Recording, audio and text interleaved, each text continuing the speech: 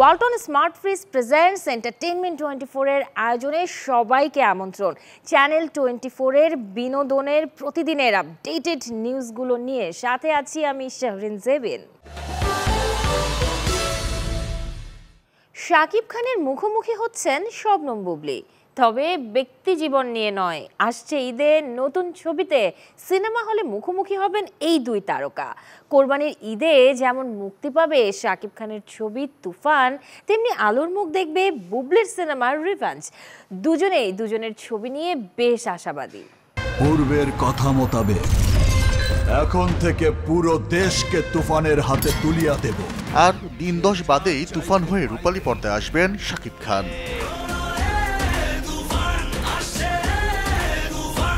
ছবি মুক্তির আগে টিজার ও 2 গানে এরই মধ্যে দর্শক আগ্রহ তৈরি করেছে তুফান। অনেকেই বলছে শাকিব খানের ক্যারিয়ারে নতুন রেকর্ড গড়বে এই সিনেমাটি। ছবিতে শাকিব খানের 2 নায়িকা নাবিলা ও মিমি চক্রবর্তীর পাশাপাশি অন্যতম আকর্ষণ হিসেবে আছেন চঞ্চল চৌধুরী। পরিচালক রাহান রাফির ক্যারিয়ারের সবচেয়ে বড় বাজেটের চলচ্চিত্র এই তুফান। খুব ভয় পাইছি রে। তুফান দিয়ে যখন দেশের হলে তুফান তোলার অপেক্ষায় শাকিব খান, তখন তার প্রতিদ্বন্দ্বী হয়ে আসছেন শবনম বুবলী। কোরবানির ঈদে মুক্তির মিছিলে যোগ দিয়েছে তার ছবি রিভেঞ্জ। গতকাল বিনা কর্তনে সেন্সর ছাড়পত্র পেয়েছে রিভেঞ্জ। মোহাম্মদ ইকবাল পরিচালিত ছবিতে বুবলির নায়ক রোশান। শাকিব খানের তুফান আর শবনম বুবলির রিভেঞ্জ, দুটি ছবি তৈরি হয়েছে অ্যাকশন গল্পে, যদিও আপাত দৃষ্টিতে এগিয়ে নায়কের সিনেমাটি। কে হাসবেন শেষ হাসি, কার ছবিতে বুধ হবে দর্শক, উত্তরের জন্য ঈদ পর্যন্ত করতে হবে অপেক্ষা। নাজমুল আলম রানা, চ্যানেল 24। হোক গানের আয়োজন কিংবা যে কোনো অনুষ্ঠান, মাথায় হিজাব জড়িয়ে হাজির হন শিল্পী তানজিনা রুমা। কেউ এটিকে ভালোভাবে নিলেও কেউ দেখেন বাঁকা চোখে। আর তাই এমনও হয়েছে কটু কথায় গানের মঞ্চও ছেড়েছিলেন রুমা। চ্যানেল 24 এর সাথে একান্ত আলাপচারিতায় সেই গল্পটি বললেন শিল্পী।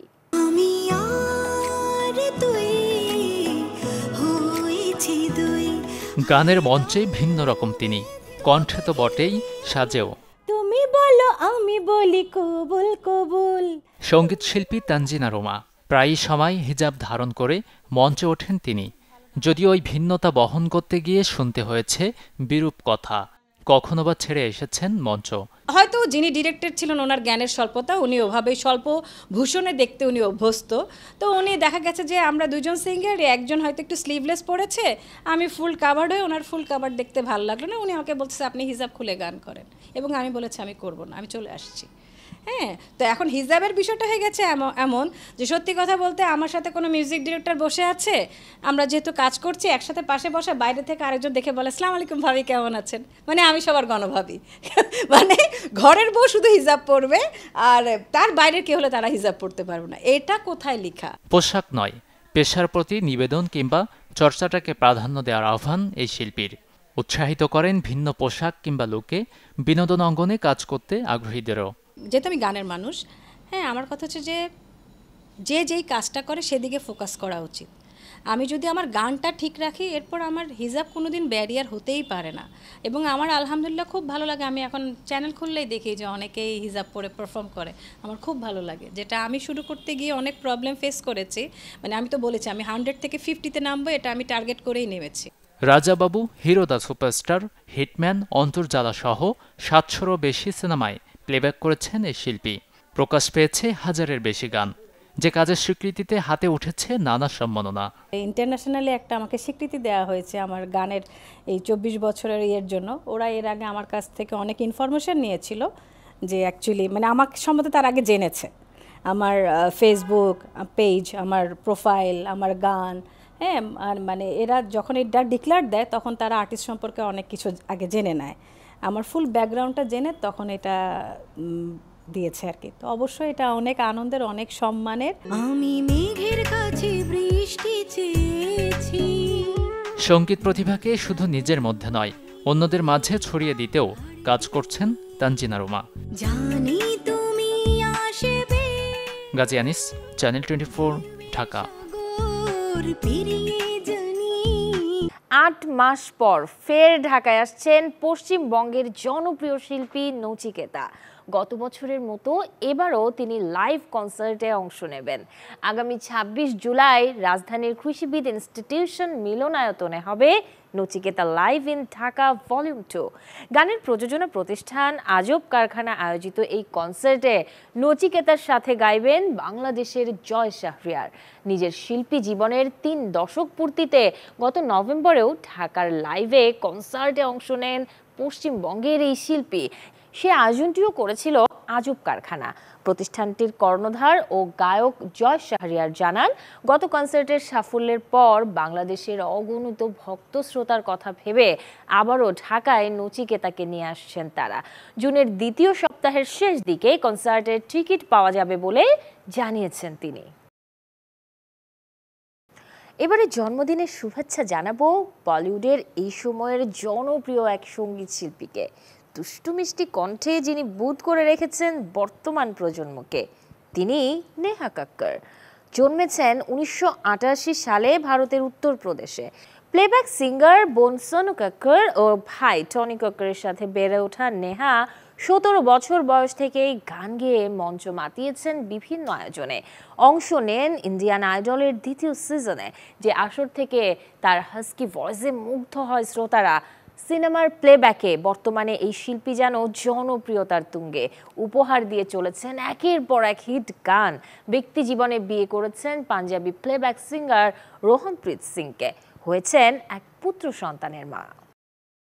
বলিউড তারকা শাহরুখ খানের প্রযোজনা সংস্থা রেড চিলিজ এন্টারটেইনমেন্টের নাম করে প্রতারণা চালাচ্ছে কিছু মানুষ, আর তাই এই বিষয়ে আনুষ্ঠানিক ঘোষণায় সবাইকে সচেতন করলই প্রতিষ্ঠানটি। বিজ্ঞপ্তি দিয়ে তারা জানিয়েছে, এই ধরনের বিজ্ঞাপন একেবারেই ভুয়া। বিজ্ঞপ্তিতে জানানো হয়, তারা দেখছে একাধিক সোশ্যাল মিডিয়া প্ল্যাটফর্মে বিভিন্ন ভুয়া অফার ঘুরে বেড়াচ্ছে, বিশেষ করে হোয়াটসঅ্যাপে। সেখানে দাবি করা হচ্ছে যে এটা রেড চিলিজ এন্টারটেইনমেন্টের সঙ্গে যুক্ত, কিন্তু সত্যিটা হলো রেড চিলিজ এন্টারটেইনমেন্ট কোনো রকম নিয়োগ কিংবা কাজের অফার হোয়াটসঅ্যাপ অথবা সোশ্যাল মিডিয়ার মাধ্যমে দেয় না। তাই এই ধরনের বিজ্ঞাপন থেকে দূরে থাকাই ভালো। এবারে শুক্রবারের ছবি মুক্তির খবর। বলিউড প্রেক্ষাগৃহে মুক্তি পাচ্ছে 5টি ছবি, যেই তালিকায় আছে মুঞ্জা, মলহার, ফুলি, হামারে বারাহ এবং বজরং और আলী। দেখব কোন সিনেমার গল্প কেমন আর অভিনয় বা করছে কারা কারা। कहते हैं किसी मुन्नी से वो शादी करना चाहता था। ভারতের স্থানীয় কল্পকাহিনী চরিত্র মুঞ্জাকে উপজীব্য করে এবার আসছে মোদক সুপারন্যাচারাল ইউনিভার্সের 4র্থ সিনেমা। আদিত্য স্যার পোদ্দার পরিচালিত মুঞ্জা নামের যে ছবিতে মুখ্য চরিত্রে রয়েছেন শর্বরী, মোনা সিং, অভয় বর্মা ও সত্যরাজ। ছবির গল্পে নায়কের ভুলে মুক্ত হয়ে যায় ভয়ঙ্কর মুঞ্জা, আর তারপর সেই গ্রামের উপর দেখা যায় মৃত্যুর ছায়া। চিত্রনাট্যের মারপ্যাচে মুঞ্জার আক্রমণের শিকার হন নায়িকা। কিভাবে মুঞ্জা থেকে সেই গ্রামকে রক্ষা করবে নায়ক, কিভাবেই বা আবার বন্দি করা যাবে মুঞ্জাকে। শুক্রবার প্রেক্ষাগৃহে আসছে শারিব হাশমি অভিনীত ড্রামা ঘরনা সিনেমা মালহার। হিন্দি ও মারাঠি ভাষায় মুক্তি পেতে চলা ছবিটি পরিচালনা করেছেন বিশাল কুম্ভর। ভিন্ন 2 ধর্মের মানুষের প্রেম, 2 বন্ধুর দারিদ্র্যের সাথে লড়াই, আর এক বন্ধা নারীর সামাজিক কুসংস্কারের বিরুদ্ধে লড়াইয়ের মতো 3টি ভিন্ন গল্প দেখা যাবে এই ছবিতে, যার সবগুলোই ঘটেছে একই গ্রামে। শুক্রবার আলোর মুখ দেখবে হামারে বারা। আন্নু কাপুর অভিনীত ইসলাম ধর্ম বিদ্বেষী প্রোপাগান্ডামূলক সিনেমা এটি। এদিন মুক্তি পাবে ফুলি। নিজের লেখা গল্প পরিচালনায় ছবিটির মুখ্য চরিত্রে অভিনয় করেছেন অবিনাশ ধ্যানী। এছাড়াও প্রেক্ষাগৃহে আসছে বজরং और আলী।